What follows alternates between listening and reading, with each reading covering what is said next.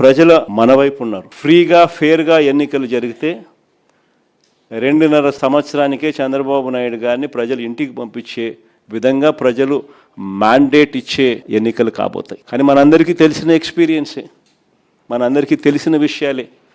చంద్రబాబు నాయుడు ఫ్రీగా ఫేర్గా ఎన్నికలు జరగనివ్వడు అని చెప్పి, ఇవన్నీ మనందరికీ తెలిసిన విషయాలే. మొన్ననే మనం చూసినాం, ఉప ఎన్నికలు జరిగినప్పుడు ఎంపీటీసీ ఎంపీపీల ఎన్నికలు కానీ, మున్సిపాలిటీలు కానీ, జెడ్పీ చైర్మన్లు కానీ మన కళ్ళ ఎదుటే మనం అంతా చూసాం.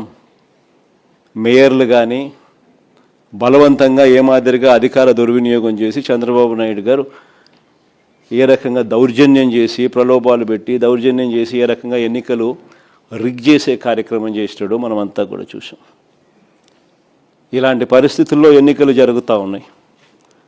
అందుకనే ఇక్కడ ఎన్నికల విషయంలో జాగ్రత్తలు తీసుకోవాల్సిన అవసరం చాలా ఉంది.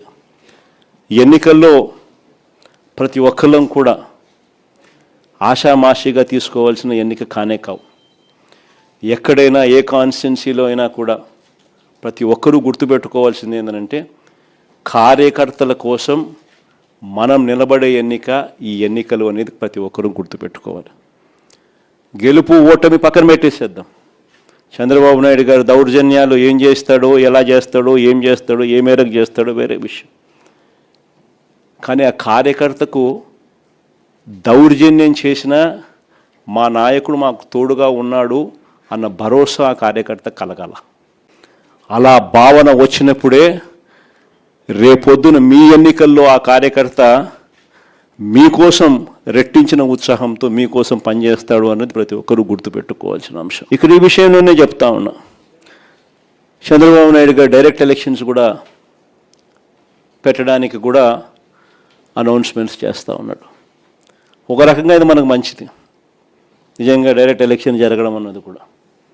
ఎందుకంటే కనీసం ఒక బలమైన అభ్యర్థి ఆ డైరెక్ట్ ఎలక్షన్స్లో పోటీలో గట్టిగా నిలబడితే ఆ మున్సిపాలిటీకి చైర్మన్గానో, లేకపోతే ఆ మండలానికి ఎంపీపీగానో, లేకపోతే జెడ్పీ చైర్మన్గా అయినా కానీ, లేకపోతే మేయర్గా అయినా కానీ, ఇంకొకటైనా ఎక్కడైనా కూడా ఒక బలమైన అభ్యర్థి అక్కడ పోటీలో నిలబడితే కనీసం మిగిలిన స్థానాలకు ఆ బలమైన వ్యక్తి సూపర్విజన్ ఉంటుంది, మానిటరింగ్ ఉంటుంది అన్నది మనకు కలిసి వచ్చిన అంశం. బలమైన అభ్యర్థులు అక్కడ పోటీలో ఖచ్చితంగా మనం కూడా నిలబెట్టాలి. మూడో వెరీ ఇంపార్టెంట్ పాయింట్ ఏంటంటే క్యాండిడేట్ బలం. లోకల్ బాడీ ఎన్నికల్లో ప్రతి ఒక్కరూ గుర్తుపెట్టుకోండి, క్యాండిడేట్ బలం అన్నది కూడా చాలా చాలా ఇంపార్టెంట్ డెసిషన్ అవుతుంది.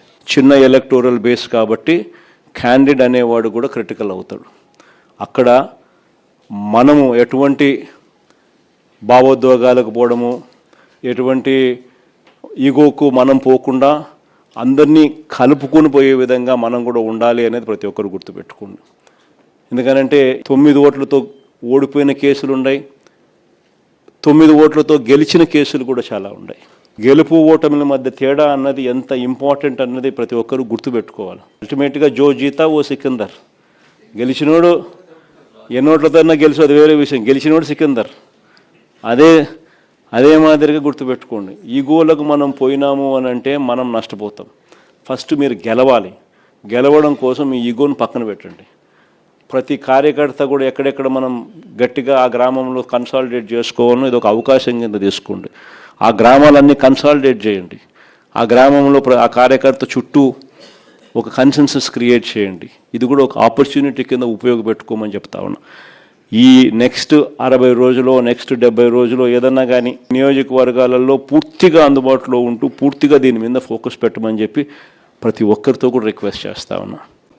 ఎక్కడైనా కూడా మీ నియోజకవర్గాలలో ఎక్కడైనా కూడా ఏకగ్రీవంగా ఎక్కడైనా ఎన్నిక జరిగితే మాత్రం నన్ను అడగాల్సిన పనిలా క్యాండిడేట్ ఆ తర్వాత ఎన్నికల్లో పోటీ చేయడానికి మీరే గుర్తుపెట్టుకోండి. ఎక్కడైనా పోటీ జరగకోకుండా ఏకగ్రీవంగా ఇడిచిపెట్టినారంటే మాత్రం ఆ తర్వాత క్యాండిడేట్ ఎమ్మెల్యే ఎలక్షన్లో క్యాండిడేట్ కాడు అనేది గుర్తుపెట్టుకోండి. అంత ప్రస్ఫుటంగా అంత క్రిస్టల్ క్లియర్గా చెప్తా ఉన్నా. ప్రతి చోట పోటీ జరగాల. ఎన్నికలు అయిపోయిన తర్వాత కూడా నేను రిపోర్ట్లు తెప్పించుకుంటాం. మీ ఎమ్మెల్యే క్యాండిడేట్ ప్రతి చోట పోటీకి నిలబెట్టాడా, క్యాండిడేట్ నిలబెట్టలేదా అనేది పోటీ రిపోర్ట్లు తెప్పించుకుంటాం. నిలబెట్టిన తర్వాత మీ ఎమ్మెల్యే క్యాండిడేట్ ఆ క్యాండిడేట్లకు ఏ విధమైన సపోర్ట్ ఇచ్చినాడు, సపోర్ట్ బాగా ఇచ్చాడా, బలంగా నిలబడ్డా మీతో పాటు, అవునా కాదా అన్న రిపోర్ట్లు కూడా తెప్పించుకుంటాం. ఖచ్చితంగా ఆ మేరకు పాజిటివిటీ మీ దగ్గర నుంచి రావాలి. ఈ ఎన్నికలు మన కార్యకర్తల కోసం గట్టిగా నిలబడితేనే కార్యకర్తలు మన ఎన్నికల్లో మన కోసం గట్టిగా నిలబడతారు అన్నది ప్రతి ఎమ్మెల్యే క్యాండిడేట్ కూడా తన సిస్టంలోకి జీర్ణించుకోవాల్సిన అవసరం ఉన్న అంశం.